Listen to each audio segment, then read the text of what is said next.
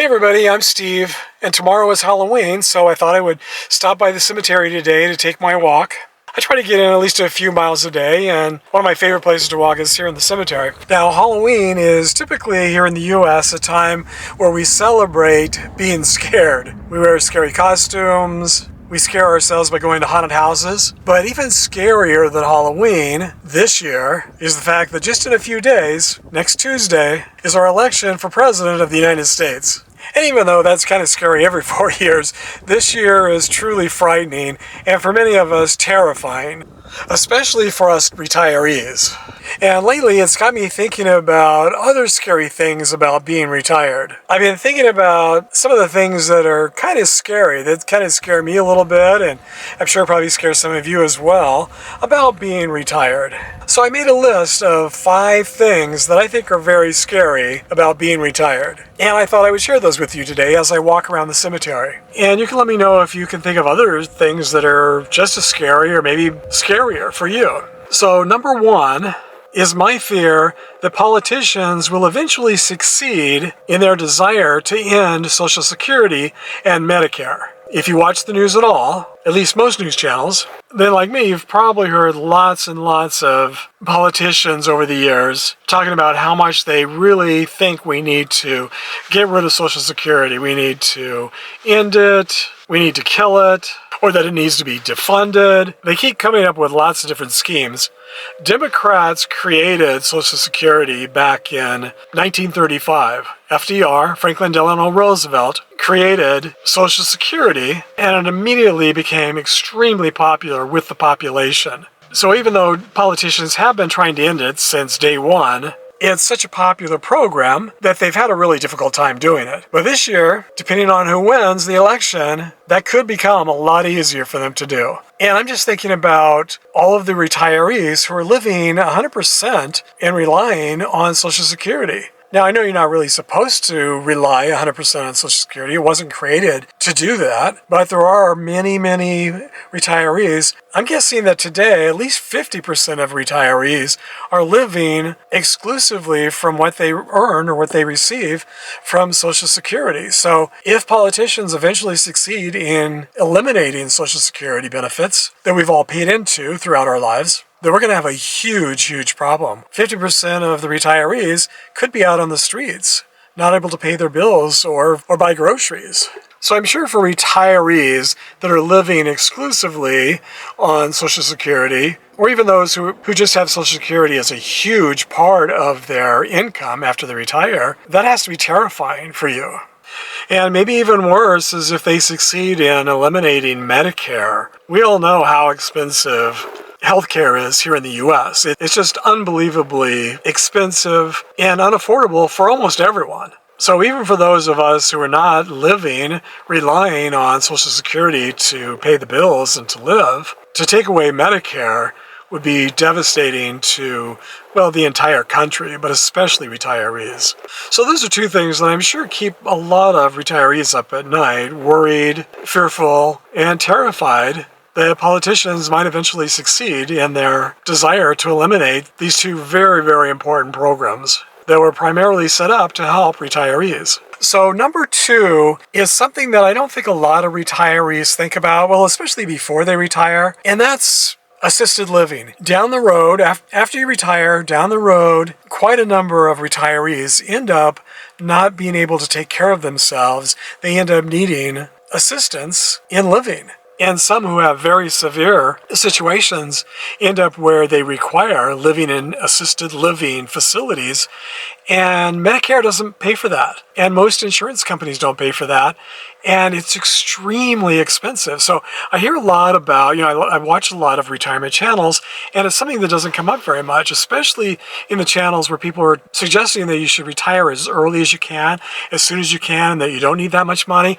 And, to a degree that's true, especially if you're healthy and you never need assisted living, then yeah, you can really get by on very little after you retire. Your expenses can go way down. That said, if something does happen to you and eventually you do need assisted living, it can be $10,000, $20,000 a month to live in an assisted living facility.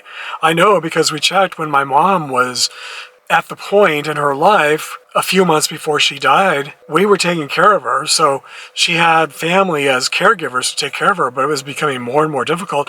And we knew at some point there would be a lot of things that needed to be done that we just weren't qualified to do. So we started looking around at assisted living facilities, and most of them were at least $5,000 a month. These were very small, unassuming, not the nicest places. The nicer places were, maybe up to $10,000 or $15,000 or $20,000 a month. So if you're wealthy, then you can afford assisted living, and that's not going to be an issue for you. But most people don't have $5,000 to $10,000 a month in savings that will last you maybe 5 years, maybe 10 years, who knows? Now, I believe you can get insurance just for that, just for assisted living needs that you might have in the future, but the insurance itself is also very, very expensive. So, and maybe some of you will know more about this and can enlighten us, educate us in the comments section. But I know it is an area that just personally we looked into for my mom, and we actually selected a place here in Palm Springs, in the Palm Springs area, so she could be close to me, so I could see her every day and I wouldn't have to drive out to Arizona to take care of her. And actually on moving day, my brother was moving her here, and she fell down and broke her hip, went to the hospital and never came home. She ended up dying in a hospice out in Arizona just a couple of months after she broke her hip. But after we selected this assisted living place, which was nice, I remember thinking, well, what happens if she outlives her money? She had quite a bit saved, but the cost of her care at the assisted living facility was going to be around $5,000 a month. So we knew she didn't have enough money to last many, many years. She had enough to last for a couple of years, but it was a concern, it was a worry, and it was scary. It was a scary situation to be in. So number 3, and this was also something that we had to deal with my mom. It's about being able to live independently on your own. I think this is a real fear for a lot of seniors, a lot of retirees, living alone, wondering and worrying about, will they be able to live in the home where they've lived and they love and they want to stay? Will they be able to do that until the end? Or because of health reasons or some other situation, maybe money, will they be forced to move? And my mom, she loved her home. It was paid off. It was very affordable. She loved the neighborhood. She loved her neighbors. She'd lived there for 20 years. And she absolutely just refused to move. Even after she had her stroke, about the only thing that she could really still communicate with us very clearly about was that she did not want to move. In fact, I even wonder sometimes if on that day when we were moving her to assisted living, against her will, if she fell down on purpose, not realizing what a problem it could actually cause for her, but maybe she fell down on purpose thinking that she might have to go to the hospital and then she wouldn't have to move out, and that after a short stay in the hospital she could come home again, not realizing that she broke her hip and that really hastened her decline in health and really ended up causing her to die probably earlier than she would have if she hadn't fallen down. So she was very stubborn and did not want to leave the house, did not want to leave the place she loved. And so I think that was very terrifying for her. It was very, very frightening, very sad. I mean, it was awful for all of us. We didn't want to move her out of her house, but there was just no way we could continue to take care of her there. She was out in the middle of nowhere. And that's a whole story by itself. But I think that might be most single retirees' number one fear. If not the number one fear, then maybe the number 2 fear.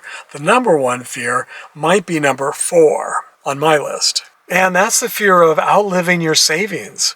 And that's a real fear because none of us know how long we're going to live. So throughout our career, we work, we save money, we invest in the stock market or mutual funds or whatever. We put aside a certain amount of money as a nest egg. Maybe we're relying on Social Security as part or all of that income to survive throughout our retirement. But these days, retirees are living longer and longer. And so you might live 5 years, you might live 10 years, you might end up living to 100 years old. And do you have enough money saved? Do you have enough money invested? I know some retirees have a lot of money invested in stocks and bonds and mutual funds. And right now, things are going gangbusters. The stock market's at an all-time record high. It's never been better. This is 2024, and it's been that way for the last 4 years. It's just been unbelievable. So everyone's making a lot of money. Everyone who's invested in stocks and bonds, mutual funds, CDs, we're all making a lot of money right now. But the stock market, it goes up, but it also goes down. So what happens if you're just now planning to retire, you're making a fortune on your stocks, and you're thinking, wow, I've got all this money, so I can go ahead and retire. And then right after you retire, all of a sudden, then we go through a downturn, and the stock market crashes, and it stays down for 5 or 10 years. And those might be your 5 or 10 years of retirement. You may only live for 5 or 10 years, and your income may plummet, and you may not live long enough to see it go back up again. The stock market is cyclical. It almost always just goes up, it goes down, it goes up, it goes down. It's just a roller coaster. And if you happen to time it incorrectly, and at no fault of your own, because no one knows when the stock market's going to go up or when it's going to go down, so you could find yourself with a lot less money than you anticipated having for your retirement. So that's a real fear. And I think that might be, like I say, I think it might be the number one fear, because it's just a big question mark. No one knows how long they're going to live. So you're just guessing, you're estimating, this is probably how long I'm going to live, and this is probably how much I'm going to need.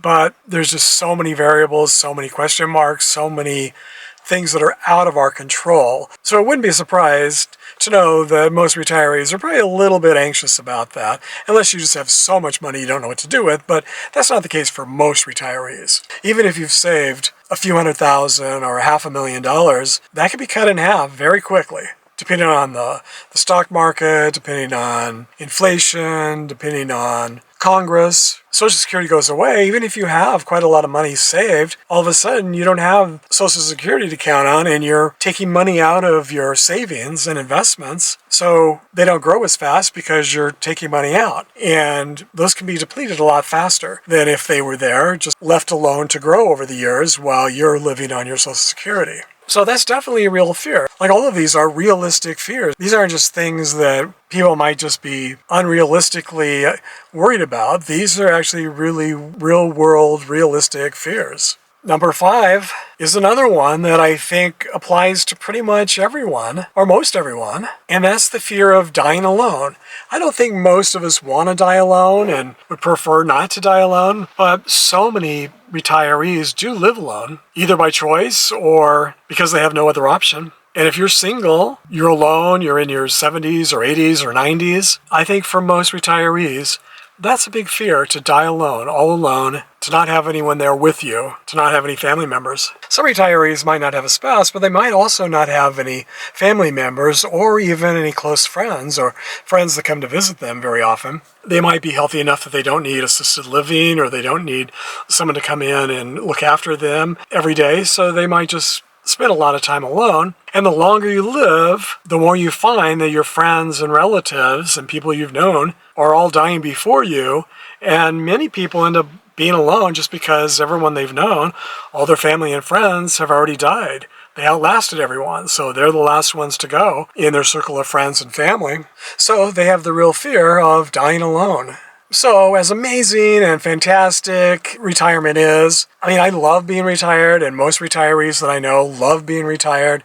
There's so many positives about it. So these 5 things are all very sad and very scary and frightening and maybe even terrifying to a lot of people. But that's not to say that retirement isn't a good thing. I mean, personally, I think the good far outweighs the bad and far outweighs the scary things. But then again, I have family members, I have friends, I have a spouse, I have savings. I'm not relying on Social Security. So for me, it's not as scary as I'm sure it is for many others. But even in my situation, it still worries me, because any or all of those things could change in a second. Politics plays a huge role when it comes to retirees. And I think that's something that a lot of retirees don't take into account. I don't think they really think about that, or they don't want to think about it, and they go, well, that'll never happen, so I'm going to vote based on something that has absolutely nothing to do with me, has nothing to do with my life at all, but emotionally that gets me all upset, so I'm going to vote for that, forgetting that I might be voting against my own best interests. And that happens a lot, not just with retirees, but with everyone. We often focus on on one thing that's totally not important rather than focusing on the things that are very, very important. So those are just 5 scary things that I thought of off the top of my head. I'm sure if I thought about it hard enough, I could come up with another 5 or more. But I think you get the point. Being retired is awesome, but it also can leave you very vulnerable to a lot of things that are scary. So share with us in the comments if you agree with my 5 or if you have your own list of things that scare you and keep you awake at night. So happy Halloween, everyone, and hopefully the scariest thing we have to look forward to is a scary Halloween movie or maybe a scary haunted house. And fingers crossed that this election turns out to be the last scary election and that everyone comes to their senses and starts focusing on the things that matter and not the things that don't matter. So happy Halloween and fingers crossed, happy election, everybody. And I hope to see you all again next time.